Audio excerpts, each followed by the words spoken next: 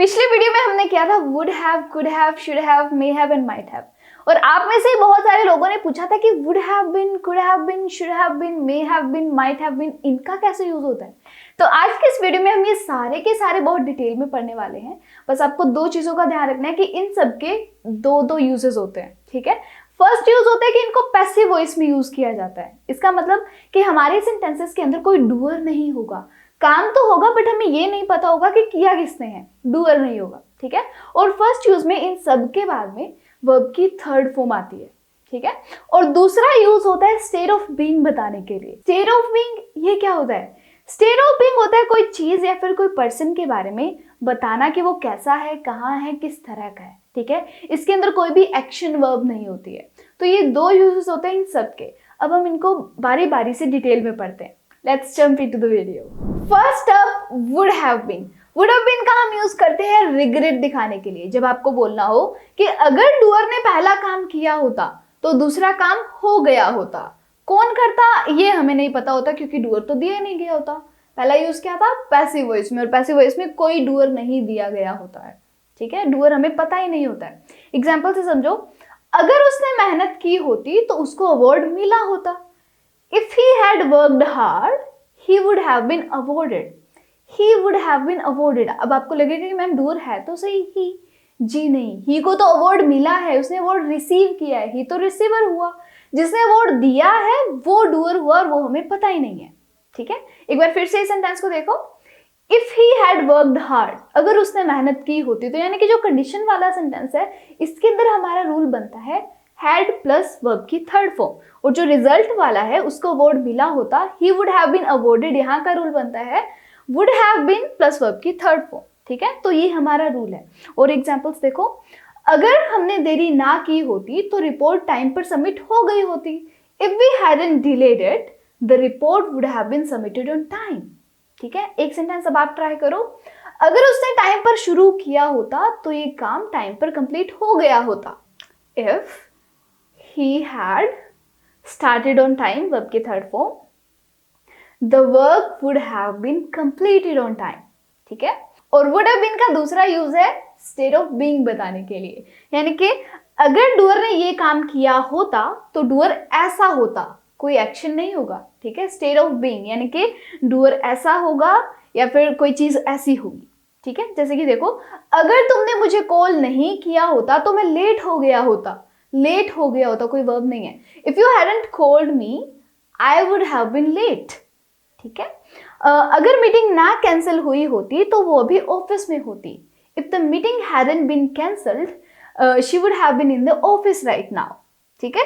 तो she would have been the office right now, कोई verb की थर्ड फॉर्म यूज नहीं हुई है। और जो पहला कंडीशन वाला जो सेंटेंस है उसके अंदर हमारा हैड प्लस वर्ब की थर्ड फॉर्म आ रही है, okay. Next we have could have been. Could have been का यूज होता है ये बताने के लिए कि ये काम किया जा सकता था, ठीक है। बट कौन करता है ये हमें नहीं पता होता क्योंकि हम सेंटेंस बना रहे हैं पैसिव वॉइस में, और पैसिव वॉइस में कोई डूअर नहीं होता और वर्ब की थर्ड फॉर्म होती है।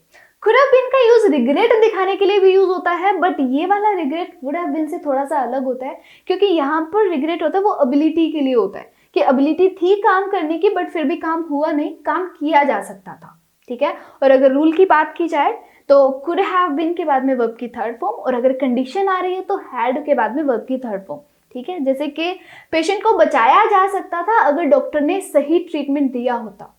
If the doctor had given the right treatment the patient could have been saved.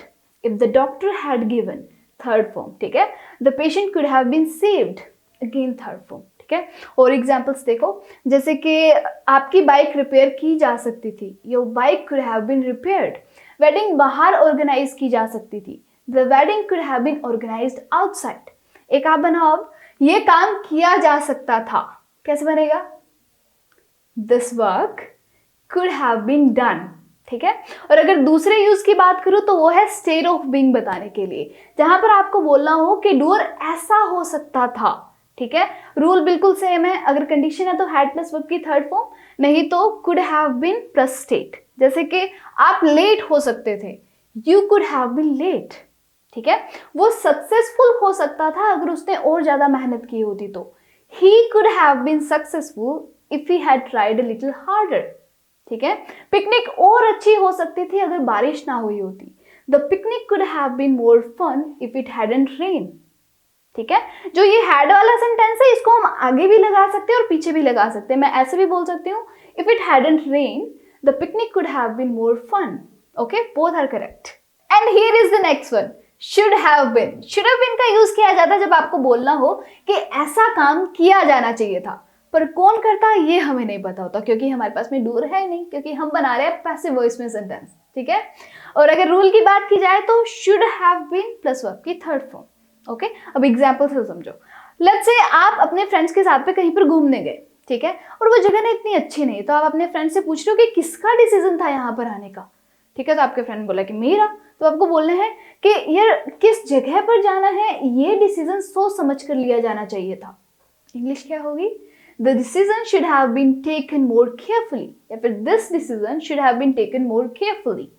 ठीक है, ये काम टाइम पर कंप्लीट हो जाना चाहिए था। This work should have been completed on time. Okay, उसको टीम का कैप्टन बनाना चाहिए था। He should have been made the captain of the team. अब ही तो डूअर हो गया जी नहीं, ही को तो बनाया गया है, जिसने बनाया है वो डूअर है, ही को तो बनाया गया, वो तो रिसीवर है, उसने तो रिसीव किया है। ठीक है, he should have been made the captain of the team. अब आप बनाओ ये सेंटेंस, एप्लीकेशन अब तक सबमिट हो जानी चाहिए थी। कैसे बनेगा? The application should have been submitted by now. ठीक है, वेरी गुड। और नेक्स्ट यूज क्या है शुड हैव बीन का? स्टेट ऑफ बीइंग बताने के लिए, जब आपको बोलना हो कि डूअर को ऐसा होना चाहिए था। ठीक है, जैसे कि आपको वहां होना चाहिए था, you should have been there. Rule क्या है? Should have been plus state of being. ठीक है, you should have been there. तुम्हें और ज्यादा सतर्क रहना चाहिए था, you should have been more careful.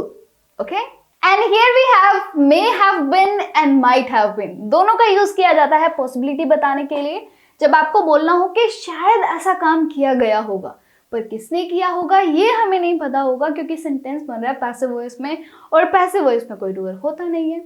और अगर रूल की बात की जाए तो मे हैव बीन और माइट हैव बीन दोनों के बाद में आएगी वर्ब की थर्ड फॉर्म। ठीक है, अब एग्जाम्पल से समझते हैं। देखो, आपके ऑफिस में मीटिंग है 10 बजे और आपकी फ्रेंड है वो अभी तक आई नहीं है, तो आपने उससे फोन करके पूछा कि अभी तक आई क्यों नहीं है, तो उसने बोला कि यार मीटिंग 11 बजे नहीं थी।